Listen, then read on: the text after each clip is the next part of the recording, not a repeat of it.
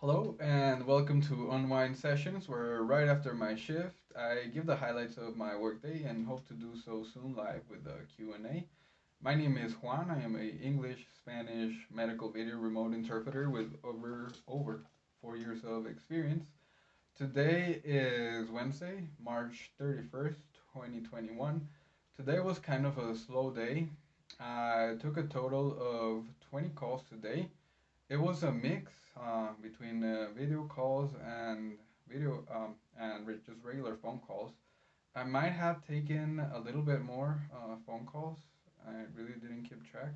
I probably did. It sure did feel that way, but maybe the available time that I had between calls also made me a little biased into that. But anyway, let's get started. There's three things that I would like to talk to you about today. The first thing was a physical therapy session, and the gentleman could not hear me, but nobody ever mentioned during the session that the gentleman was hard of hearing, and the gentleman never mentioned he was hard of hearing, and he never said that he couldn't hear me. But I knew he couldn't hear me because what he was answering to the questions that I was saying didn't make sense, and this happened a couple of times. I let the provider know. The first time that he didn't hear me, he answered something completely different, like way out of context. And I told the provider if I could try again because I thought that the gentleman was not hearing me. And she said, yeah. So I went ahead and I tried again. I tried it a little louder.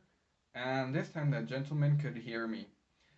And everything went well after that. There was a couple of more times when I forgot that the gentleman was hard of hearing or that he couldn't hear me because it's a little hard to juggle screaming to the patient and then talking normal to the physical therapist. But I managed to do a pretty good job, I think so. And one of the point that I want to make here is that sometimes, um, I don't know if this was the case, but sometimes like the people don't want to accept that they're hard of hearing, and you're gonna struggle with this. Fortunately, this time I was able to figure it out, and just yelling at the patient was enough. But sometimes the patients just blame you when they tell you that it's you that you're not doing the good job. But this time that didn't happen. What did throw me off though, it was the gentleman's answers were just way out there. Like he definitely wasn't hearing me, and he didn't clarify. He didn't ask, "I'm sorry, I couldn't hear what you were saying. Would you repeat it?" No, he just answered what he thought I said, and that made it a little difficult. But I was able to manage it at the end. Like I said, I let the lady know that he wasn't answering correctly, and after a couple of times that he wasn't hearing me and a couple of times of not speaking, of actually screaming to the gentleman, I was able to realize that well, I just needed to scream everything to him, or else he wasn't going to hear me, and I was not going to be able to assist him in this session.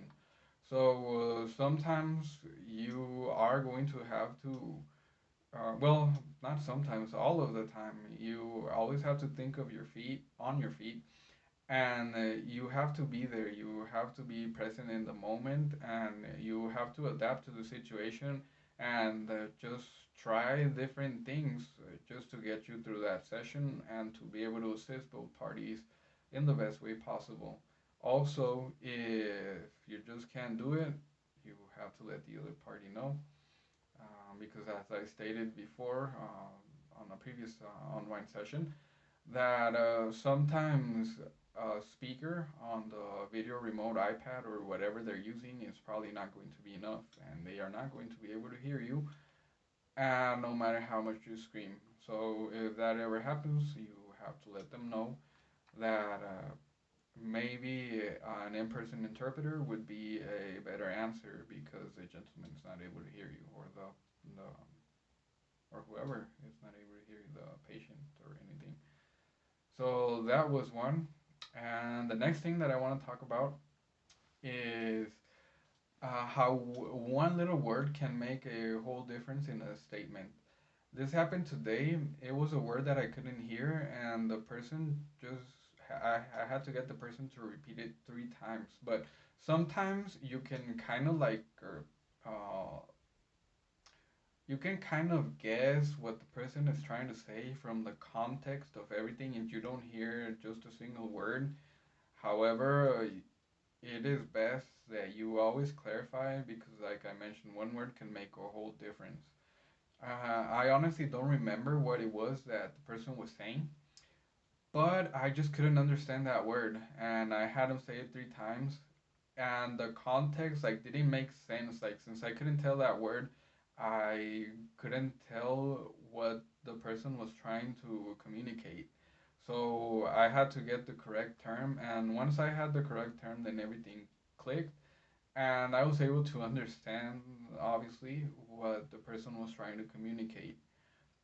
But sometimes it's very difficult because of accents of the person, and I mean, let's be honest. Speaking to an iPad, cell phone, computer, or to a speaker is not the most ideal setting because the background noises and anything could get in the way. Also, accent of the person, how the person speaks, if they speak too fast, too slow. So all of that can actually impact the it can impact the message and allow you not to hear it. So many times you're going to have to work with this, and you're going to have to ask many repetitions. And this time that didn't happen. It was just one word in the whole session, and once I cleared that, everything was okay. The session went by pretty smoothly. And I have one last thing that I want to talk to you about. As you can see, today was not a very difficult day, and there were very little phone calls.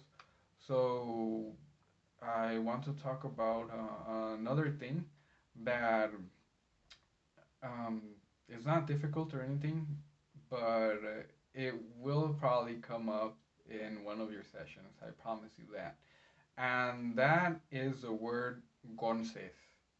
The word conces actually means joints. It's a synonym for joints, but I have only heard it with certain Latin American countries and with um, people from Spain. I remember the very first time that I heard this word. It was in a session from with a gentleman from Spain, and when he said "gonces," I was like, "Oh wow, what is that? I don't know what that is."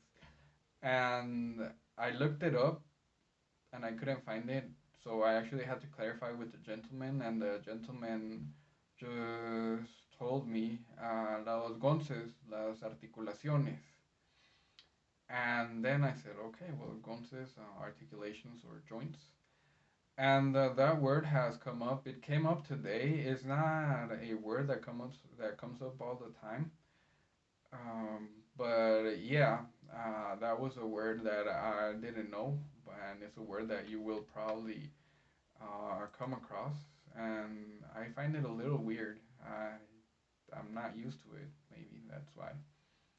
But yeah, I hope this helps out people that are not familiar with that word.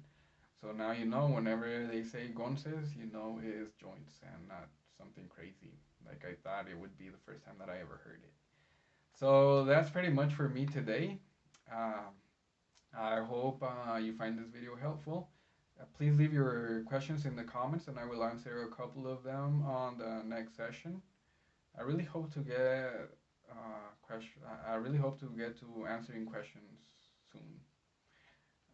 But anyways, I will be here Monday through Friday from 6 p.m. to around 6:20 p.m. Mountain Time. I'm very excited about this. I will probably have my first live session in a couple of weeks. I really do hope so. So that's pretty much it. Thank you so much for watching. Please like and subscribe if you liked the video and have not done so for more content. And don't forget to share. Thank you, and thank you once again. Happy interpreting. Goodbye.